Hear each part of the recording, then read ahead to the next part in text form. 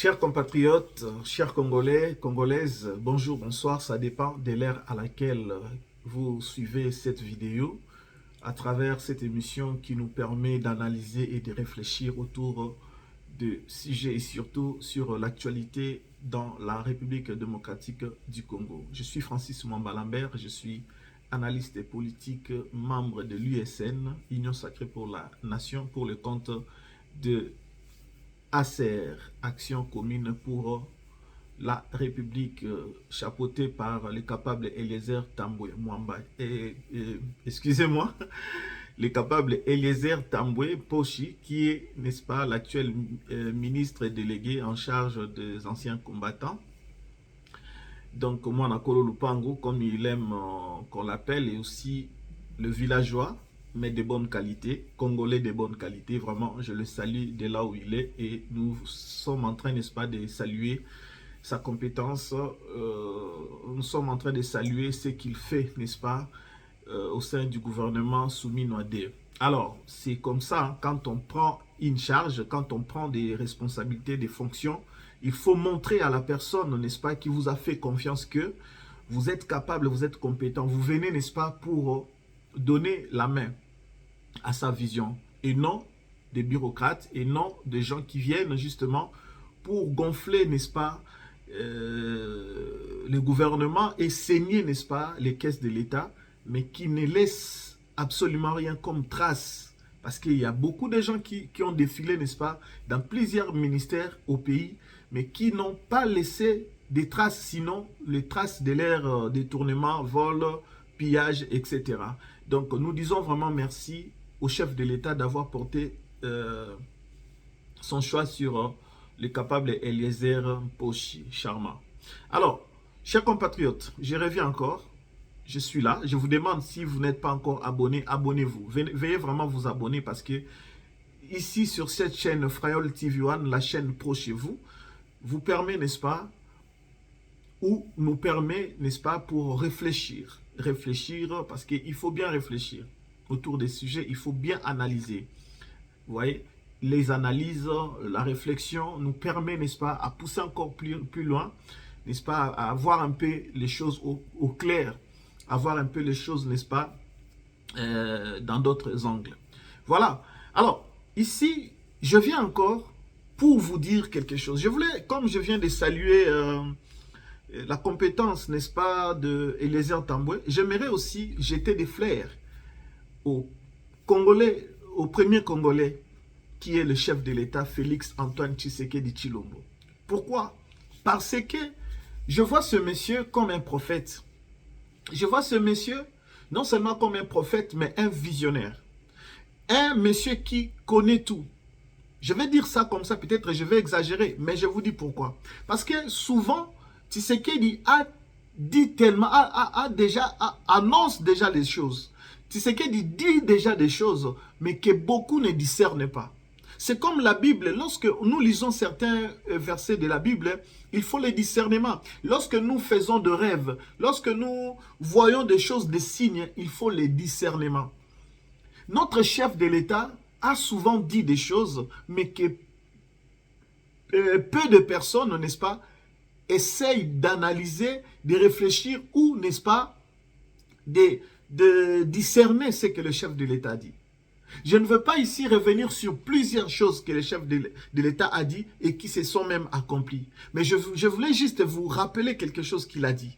Tshisekedi, président de la République, il avait dit que cette guerre ne finira pas de la même manière. On était habitué sur la guerre, la pression des rebelles, des belligérants, etc. Pouf, soit c'est la chute du gouvernement en place, comme on a fait chuter, n'est-ce pas, Mobutu, on a fait chuter Mobutu, Kabila est rentré, Mouzé, et aussi Mouzé a été aussi renversé. Vous voyez? Donc, maintenant, Hippolyte Kalambe est venu, il a fallu, n'est-ce pas, des stratégies. Je pense que Tshisekedi, tout ce temps-là, aux côtés de son père, il a eu à peaufiner des stratégies, il a eu à se préparer en conséquence. Et Tshisekedi n'est pas le moindre politicien dans notre pays. C'est quelqu'un qui est mieux informé C'est quelqu'un d'ailleurs qui nous informe, à qui nous devons faire plus confiance. Aujourd'hui, les rebelles et même d'autres personnes, surtout qui étaient à Kinshasa, ils se sont vite précipités de rejoindre la rébellion. Pourquoi? Parce qu'ils savent que à la fin de fin, ils se mettront tous autour d'une table. C'est-à-dire le rebelle et le pouvoir, le régime. Et donc, comme certains des opportunistes savent que la rébellion finira par amener les gens autour d'une table pour discuter. Et après la discussion, c'est le partage du pouvoir. En vrai, le dialogue dont on appelle, c'est juste je dirais, c'est la forme. Le fond, c'est juste le partage des pouvoirs. Au lieu seulement de dire, bon, nous voulons prendre des postes, mais ils essaient un peu de maquiller les choses. Ils nous amènent dans ce qu'on appelle les dialogues. Parce que nous savons que ça va finir comme ça. Alors, donc, dans cette émission, voilà pourquoi je vous dis que ça nous permet vraiment plus de réfléchir et d'analyser. Vous voyez? Parce que certaines personnes parlent, mais peu poussent loin, n'est-ce pas, les pensées ou pour réfléchir, etc. Donc, je disais, lorsque la rébellion a commencé, et même lorsque Nanga est parti, parce qu'eux tous, ils sont habitués, vous voyez, ceux qui sont à Kinshasa, des opportunistes, ceux qui ont raté, n'est-ce pas, d'être candidats, ceux qui ont raté plutôt les élections de 2023 comme candidat député provincial ou bien national, sénateur aussi, ceux qui ont manqué aussi de postes au gouvernement, ils se sont dit, ok, nous allons rejoindre la rébellion. Parce que la rébellion donne de l'argent. Parce qu'on va se le dire, la rébellion dans notre pays, ça donne l'argent. Puisqu'il y a des gens qui financent la rébellion. Il y a des gens qui financent la rébellion. Et donc, ces gens ont laissé Tshisekedi, ont laissé Kinshasa pour rejoindre parce qu'ils savent que la fin de fin, c'est, voilà pourquoi vous avez vu, ils ont plus poussé sur les dialogues. Mais Tshisekedi est resté ferme. Je vous rappelle, Tshisekedi, notre chef de l'État, avait dit que cette guerre ne finira pas de la même manière comme c'était le cas dans le passé. Je vous rappelle encore que dans le passé, c'était toujours autour d'une table, comme ce fut aussi le cas avec Hippolyte Kanambe, avec soi-disant les M23, etc., etc. Alors, pourquoi je dis tout ça? Aujourd'hui, maintenant, regardez. Regardez comment les choses se passent. Je vous dis qu'aujourd'hui, la guerre est finie. Chers compatriotes, je vous dis que la guerre est finie. J'ai rejoint Donald Trump qui a dit qu'il a fini la guerre en RDC. Vous allez me dire qu'il y a encore des crépitements de balles, il y a encore des bombardements, des drones à gauche, à droite. Non, je vous dis et je vous confirme qu'il fini la guerre. Pourquoi je vous dis ça?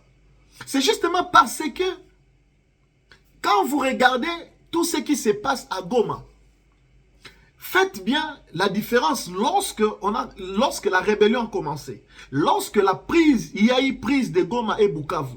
Vous avez vu, n'est-ce pas, les rebelles, M23, AFC, ils faisaient des déclarations avec beaucoup d'énergie, avec beaucoup d'assurance, avec beaucoup, n'est-ce pas, de sérénité. Parce qu'ils savaient que leur rébellion va leur payer. Ils vont trouver gain de cause. Ils vont gagner quelque chose. Ils ont commencé en janvier 2025. Janvier, février, mars. Et c'est là qu'ils étaient vraiment, n'est-ce pas, chaud bouillant. Ils étaient là en train de pousser, en train de tuer les civils, en train de ravir des villes, etc. Moi, je pense que quelque part, le malheur est bon. Et il fallait qu'on arrive là. C'est pour aussi montrer, n'est-ce pas, aux yeux du monde, pour montrer, n'est-ce pas, d'abord à nos politiciens qui sont habitués à chaque échec, n'est-ce pas, aux élections, ils doivent recourir aux armes et à la rébellion. Je vous dis que tout ça, Tshisekedi est en train de nous amener, n'est-ce pas, vers la fin d'une dynastie, vers la fin, n'est-ce pas, d'un système. Il est en train de déraciner cet ancien système, ces mauvais systèmes qu'on nous a habitués,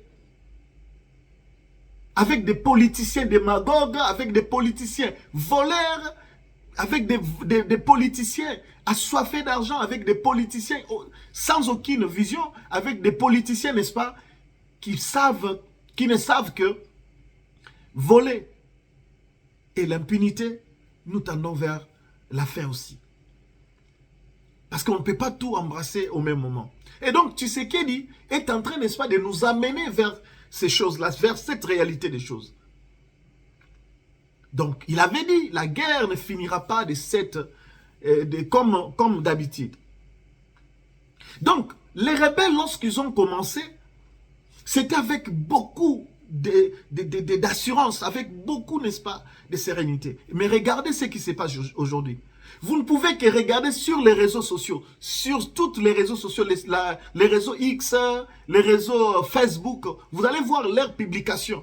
C'est eux maintenant qui réclament. Parce que, souvenez-vous, les gouvernements congolais faisaient le bilan, citaient, n'est-ce pas, donnaient des informations, qu'il y a eu la chute de Goma, Bukavu, les civils sont tués, etc., etc. Et c'était, nous avançons. Les lions de Saramboué, nous allons ville par ville. Après Goma, ça sera Bukavu. Ils ont pris le Bukavu.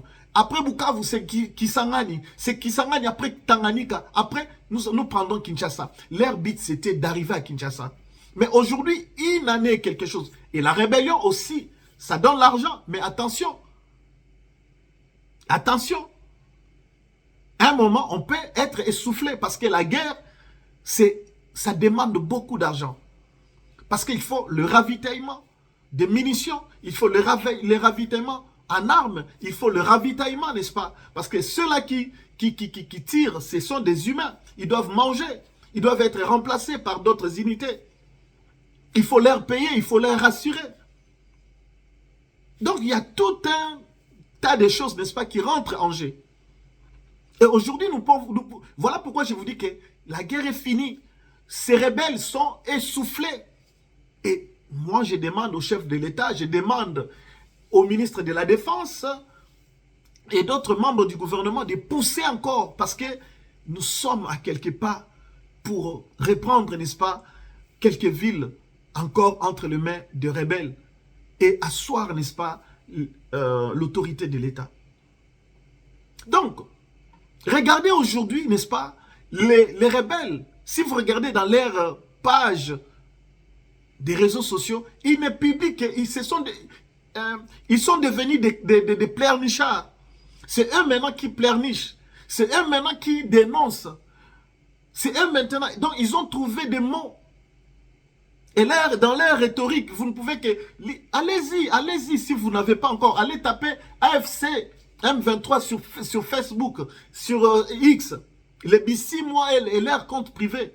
Ils sont en train de publier. Pourquoi? Parce qu'ils n'ont plus la force. Pourquoi? Parce que ceux-là qui leur rassuraient quelque chose, leur donnaient la force, beaucoup ont renoncé, beaucoup ont reculé, beaucoup ont abandonné, beaucoup n'ont plus aussi de moyens. Parce qu'on doit investir dans quelque chose dont on espère, n'est-ce pas, gagner par la suite. Mais lorsqu'on voit qu'on donne, on donne, on constate que c'est comme si on est en train de s'aimer là où il n'y aura même pas récompense. Qu'est-ce qu'il faut faire? Il faut arrêter. Donc, il y a tout ça. Donc, ils sont essoufflés en termes d'argent, en termes d'armes, en termes comment je peux dire, des hommes, etc. Parce que ne suivez pas tout ce que vous voyez sur les réseaux. Aujourd'hui, avec l'IA, avec beaucoup de technologies, vous pouvez aussi être trompé. Ouais. Et même les gens qui nous montrent qu'ils ont formé, etc. Ces gens-là, pour aller on ne peut pas former quelqu'un à l'espace de 2 mois, 3 mois pour l'envoyer sur les champs de bataille. Parce que pour aller dans les champs de bataille, il faut avoir des nerfs. Il faut déjà être quelqu'un qui a perdu, n'est-ce pas, toute compassion. Oui, parce qu'il faut... Là, quand on va tirer, on s'entend, je vais tuer quelqu'un. Je vais tuer un être humain comme moi. Oui. Je vous dis, chers compatriotes, Félix Tshisekedi, même si nous ne voulons pas le croire, mais comprenons au moins que cet homme est un grand visionnaire pour ce pays. Tshisekedi est un grand homme politique. Tshisekedi, c'est un grand visionnaire. Nous devons reconnaître ça, chers compatriotes. Aujourd'hui, la guerre est finie, je vous dis. Et comment la guerre est en train de se finir, de se terminer, pardon. Justement, vous pouvez regarder. Nous ne sommes pas allés sur la table des négociations, nous ne sommes pas allés, n'est-ce pas, sur la table des dialogues. Là, nous sommes chacun dans son coin. Et ils ont pris Goma. Mais bientôt, ils vont laisser Goma. Bientôt, ils vont laisser Bukavu. Regardez leurs réseaux sociaux. Ils ne font que publier. Ils pleurnichent à gauche, à droite. Oh non, la population, les drones de Kinshasa, du régime de Kinshasa, est en train de bombarder dans des endroits où il y a la population, etc., etc. Tout ça, c'est justement pour montrer que... Non, pour mentir sur le gouvernement. C'est-à-dire que le gouvernement, la RDC, j'ai toujours dit que nous ne sommes pas en guerre. Mais nous sommes en guerre la guerre d'agression. Parce qu'on est agressé, c'est la RDC qui est agressée. On attaque la RDC. Mais maintenant, comme le combat se passe chez nous, nos militaires à nous, nos FARDC, défendent notre nation, défendent la population, défendent, n'est-ce pas, les institutions du pays, défendent les drapeaux de notre pays. Donc, nous, on est en train de défendre. Et non, nous ne sommes pas en train de tuer les Rwandais. On ne tue pas les Rwandais. Donc, on défend notre pays.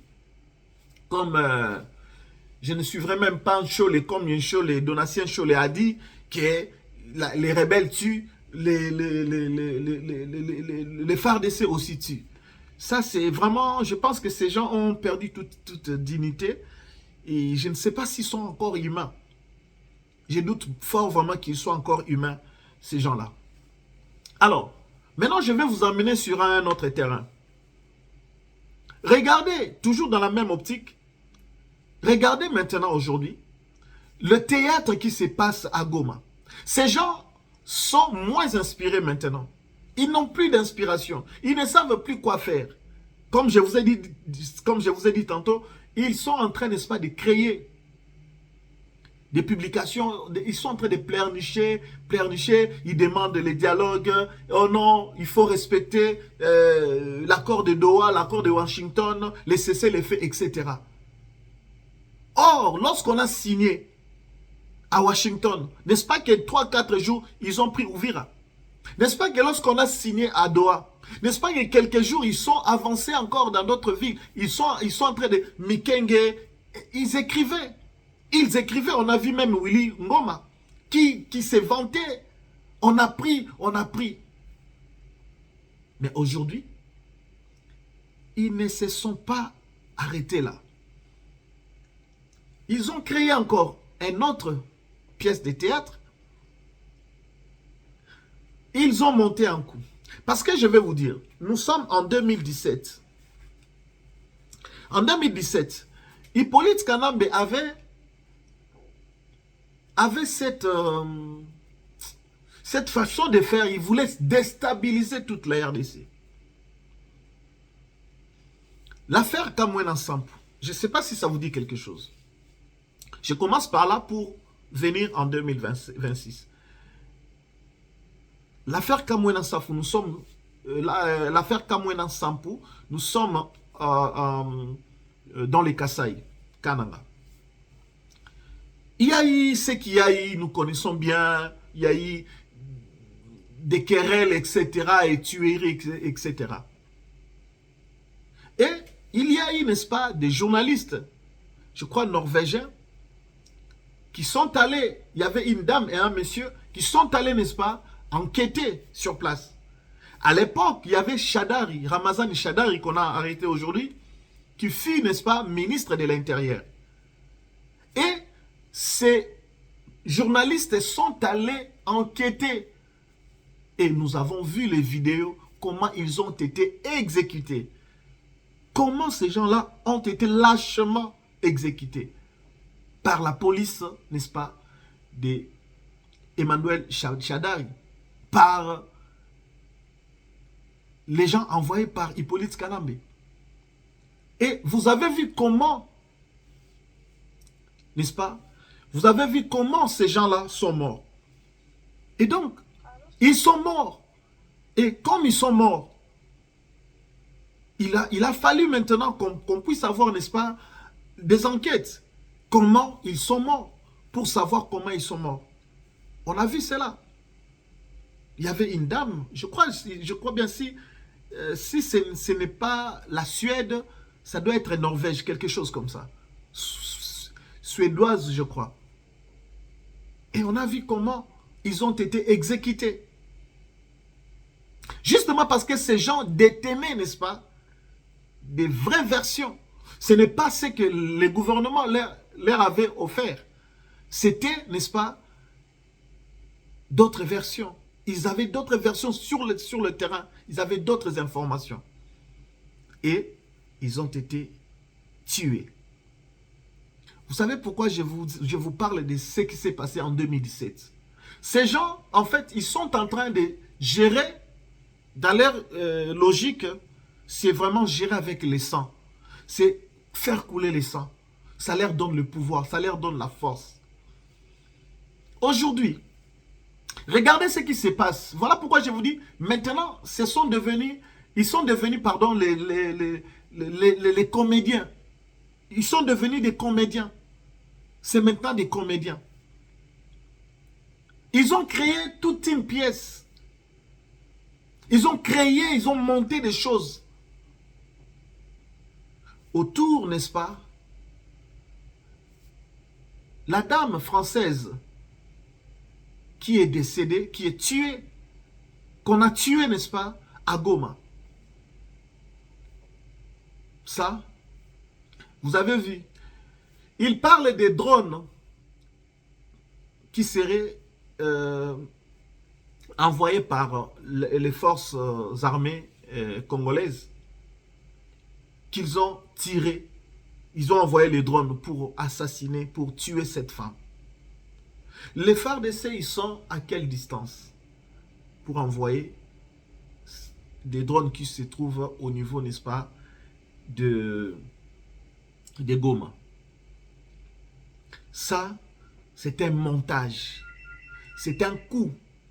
Vous voyez, c'est un coup, c'est un montage préparé. C'est des choses vraiment montées de toutes pièces. Justement pour... Peut-être qui sait, cette dame détenait, n'est-ce pas, des informations. Kigali a décidé de la tuer. Mais c'est là aussi, n'est-ce pas, qu'ils commettent une grosse erreur. Oui, c'est là qu'ils commettent une grosse erreur. Ouais. C'est là qu'ils commettent une erreur. Voilà pourquoi, chers compatriotes, chers Congolais, nous devons être derrière nos FARDC, nous devons être derrière, n'est-ce pas, derrière nos dirigeants. Kinshasa n'a pas revendiqué. Maintenant, ils sortent, n'est-ce pas, ils vont sortir, n'est-ce pas, des communiqués, Kinshasa, les drones, etc. Maintenant, quand on regarde, on a vu, n'est-ce pas, certes, il y a eu bombardement, parce qu'on voit la toiture qui est allée à gauche, à droite, il y a eu tout ça. Mais quand vous regardez, vous observez le mur. Je ne sais pas, les experts nous diront. Les experts nous diront si les drones peuvent provoquer ce qu'on voit là. Il y a eu le feu, certainement, on a éteint le feu. Mais quand vous regardez dans le mur, il y a des impacts de balles. C'est-à-dire que c'est comme si on tirait. Donc, c'est là que je vous dis que c'est un montage. C'est un montage.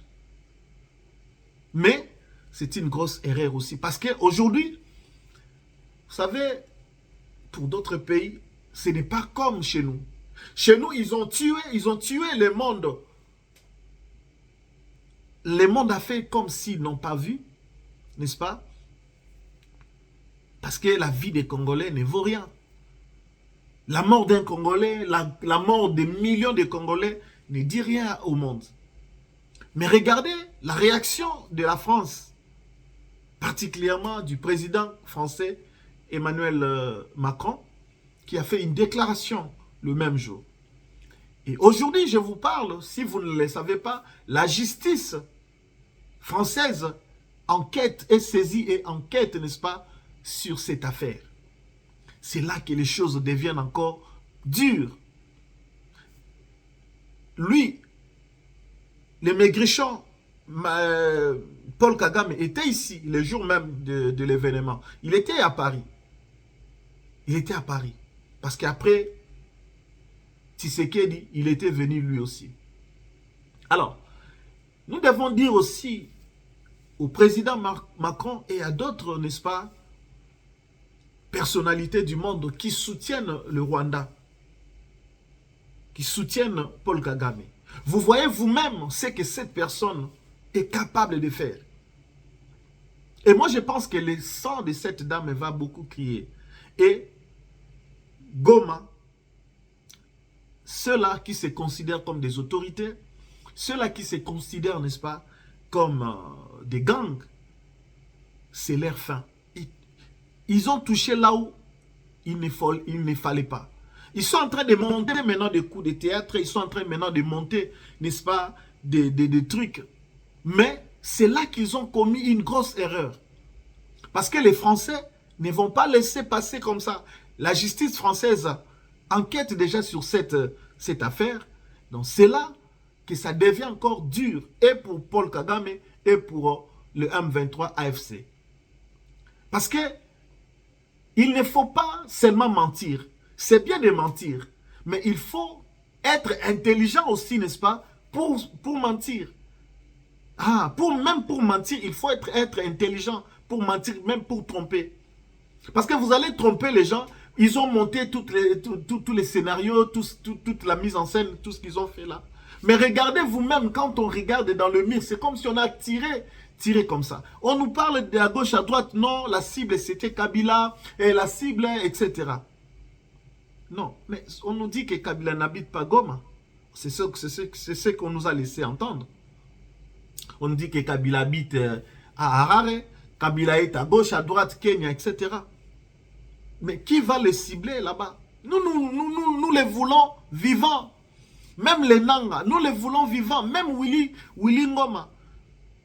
On voulait qu'ils soient vivants parce que nous devons montrer à ces gens-là qu'on ne trahit pas la nation et que la RDC, il ne fallait pas toucher à ses filles et fils. Oui. Alors, vous voyez encore d'autres, pour vous dire que ces gens, ils sont coincés maintenant. Ils ne savent plus quoi faire. Au-delà, n'est-ce pas, de tout ce qu'ils sont en train de monter comme mise en scène, scénario, etc. Regardez encore, ils vont encore plus loin pour dire que non, la jeunesse, la population gomatracienne s'est levée pour, n'est-ce pas, dénoncer. Chers compatriotes, vous savez, nous-mêmes, nous tous, nous savons, le mouvement des soulèvements, les mouvements de protestation, ça s'élève spontanément. C'est-à-dire que les gens ne s'attendent pas, non, vous êtes là-bas, vous êtes là-bas, venez. Non. C'est-à-dire que les mouvements doivent se sentir partout. Willy Ngoma est mort ici. Est-ce qu'on a vu? Parce que Magloire Paluku, vous me direz que Magloire Paluku n'était pas connu à Goma. Magloire Paluku n'est pas congolais. Magloire Paluku n'était pas aimé à Goma. Non. Moi, je connais Magloire Paluku. Je l'ai vu. Il m'a reçu en 2011. Il m'a reçu, n'est-ce pas, à Goma. Oui. En 2012, il m'a reçu à Goma. J'étais avec lui-même chez Julien Paluku Kaongi. À l'époque, il était gouverneur. J'étais allé faire de reportages là-bas. J'ai été même reçu par l'air président de l'Assemblée provinciale. Julien Magloire Paluku, j'étais avec lui. C'est un homme influent, c'est un homme connu à Goma. Mais lorsqu'il est mort, vous avez vu ces gens-là se soulever comme ça. Puisqu'il a été tué par balle.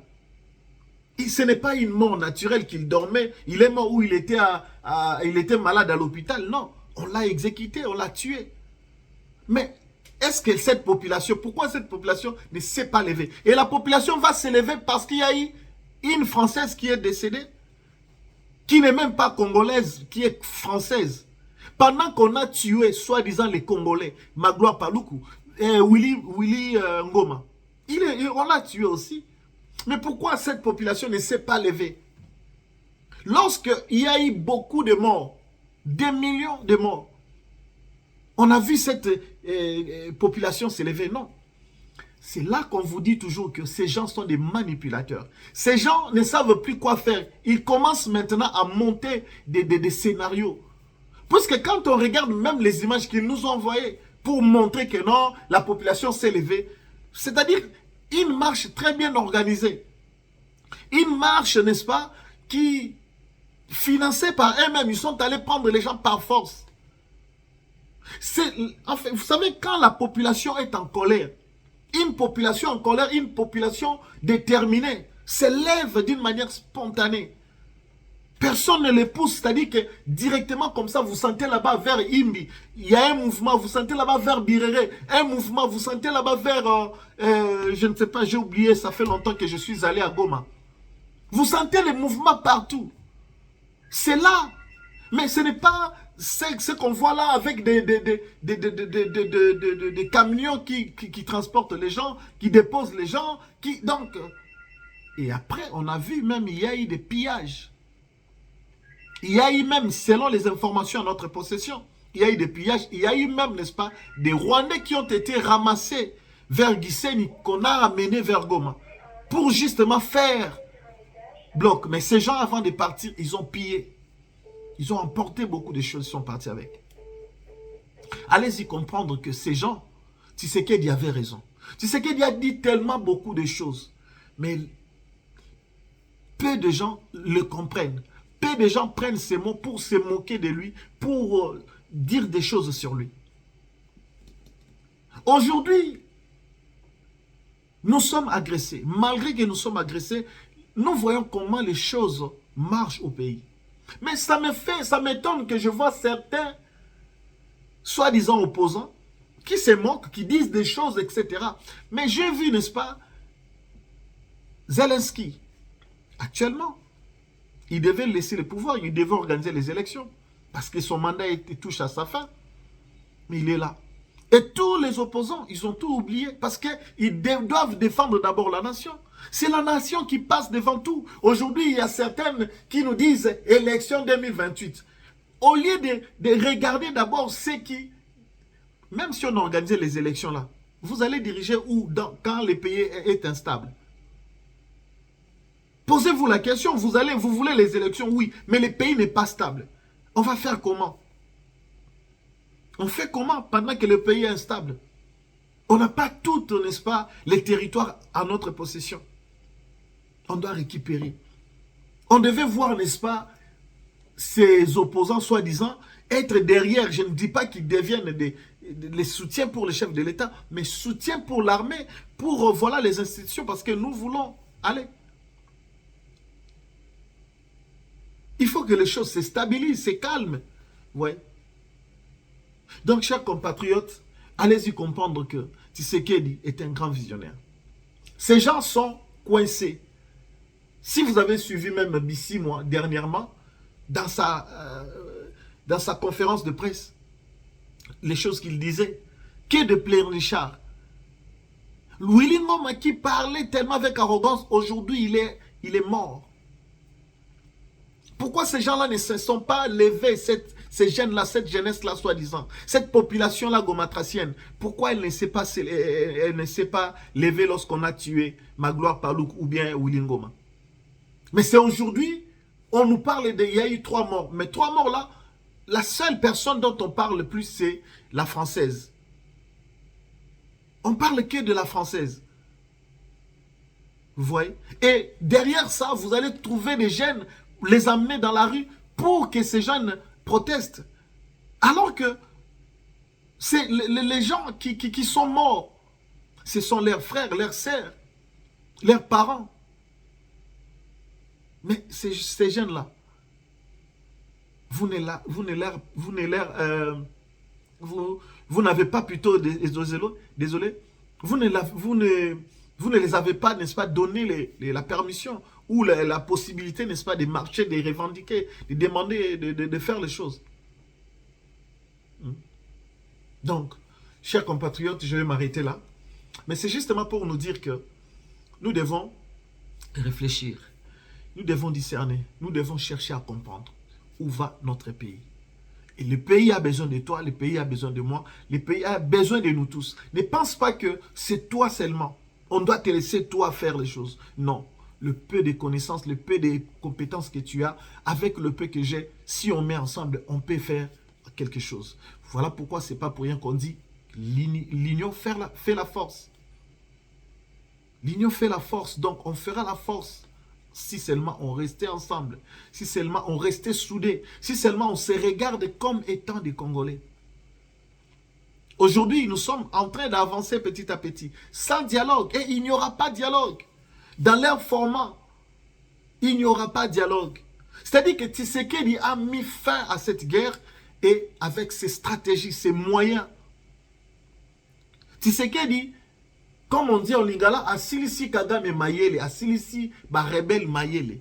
Il les a tous coincés. Ils ne savent plus quoi faire.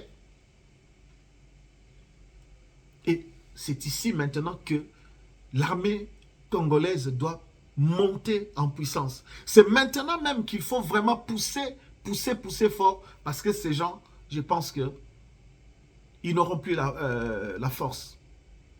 Ils nous balancent la vidéo où on a vu Kabila en train de circuler seul, de marcher, etc. Juste une petite séquence de 20 secondes ou 15 secondes comme ça. Ça veut dire quoi? Ça veut dire quoi? Montrez-nous Makenga. Montrez-nous Makenga, une interview. Il dit que non, aujourd'hui nous sommes au mois de mars. Et vous voyez, c'est ça qu'on veut. Parce que vous-même, vous sortez, Nanga sort parce que tu es vivant. Et Bissimo, on voit parce que vous êtes vivant. Montrez-nous Biamungu. Faites une vidéo, parlez que non de la date d'aujourd'hui. On veut vous voir. Donc, chers compatriotes, restons derrière le chef de l'État. Restons derrière, n'est-ce pas, les institutions, les gouvernements, derrière, n'est-ce pas, notre pays. On ne doit pas trahir ce pays-là. Et ces gens même, je pense que ceux qui ont quitté, ceux qui pensaient que les choses allaient être plus faciles, ils se sont trompés. Ils se sont trompés d'époque, ils se sont trompés de personnes. Parce que Tshisekedi n'avait pas pris le pouvoir pour trahir le Congo ou la population congolaise. Tshisekedi a pris le pouvoir pour défendre la nation, pour déraciner, enlever, n'est-ce pas, ce système-là. Aujourd'hui, beaucoup qui se sont précipités pour aller rejoindre la rébellion regrettent. Et ils n'ont pas encore regretté. Beaucoup vont mourir. Beaucoup vont faire des crises. Beaucoup, je pense même qu'ils regrettent déjà. Parce que là où ils sont, Goma, Bukavu, ils sont dans une prison à ciel ouvert. Parce qu'au-delà d'être Bukavu, Goma, vous allez où encore? Vous irez où? Parce que là, ils sont, n'est-ce pas, contrôlés. On les contrôle. Tous leurs mouvements sont contrôlés. Même Nanga, il va aller où? Parce qu'on peut dire que voilà, ça barde, alors on doit prendre fuite. Mais il est gardé. Vous avez vu maintenant Pero Luara. On les traite maintenant des louba. Mais vous avez vu vous-même, c'est-à-dire que Pero était une arme destructive, n'est-ce pas, pour le régime. Était la bête noire pour les régimes. Quels sont les propos quels n'ont pas été, n'est-ce pas, les propos tenus par Pero Luara? Qu'est-ce qu'il n'a pas dit contre la première dame, Maman Denise Nyakero? Qu'est-ce qu'elle n'a pas dit, n'est-ce pas, sur le président Tshisekedi? Qu'est-ce qu'il n'a pas dit sur tous les membres du gouvernement? Pero Luara, on a vu, il était vraiment un homme, voilà, très fort. Aujourd'hui, il revient. Aujourd'hui, il a compris que ces gens-là, ce sont des gens qui n'ont pas l'âme, qui n'ont pas de cœur. Oui. Donc, on dit chacun portera sa croix. Bureau, il faut s'y porter. Il faut s'y porter. Hein, il faut s'y porter. Et donc voilà, on est arrivé à la fin. Merci beaucoup pour votre attention. Merci de votre soutien, surtout à cette chaîne Frayol TV One. Votre soutien, c'est justement vous abonner. Abonnez-vous massivement. Partagez aussi la vidéo. Voilà, ça, vous ne perdez rien. Vous ne perdez rien. Partagez la vidéo, commentez, laissez-nous aussi vos suggestions, tout ce que vous voulez. Donc nous sommes là, nous avons les oreilles vraiment très ouvertes pour vous entendre, pour vous écouter et puis pour faire ce que vous allez nous demander de faire. S'il faut améliorer le travail, pourquoi pas. Prenez dans mes propos tout ce qui est constructif, tout ce qui est, n'est-ce pas, qui contribue, n'est-ce pas. Prenez mes... Là où j'essaie un peu, n'est-ce pas, de ne pas être cohérent, etc., mettez de côté parce que l'œuvre humaine n'a jamais été parfaite. Donc voilà, merci beaucoup de votre attention. Merci, n'est-ce pas, de votre soutien. Et je vous laisse et on va se caler un autre rendez-vous donc très prochainement. On en parlera encore, on parlera de beaucoup d'autres sujets. Donc voilà, merci beaucoup et à très bientôt. Bye bye.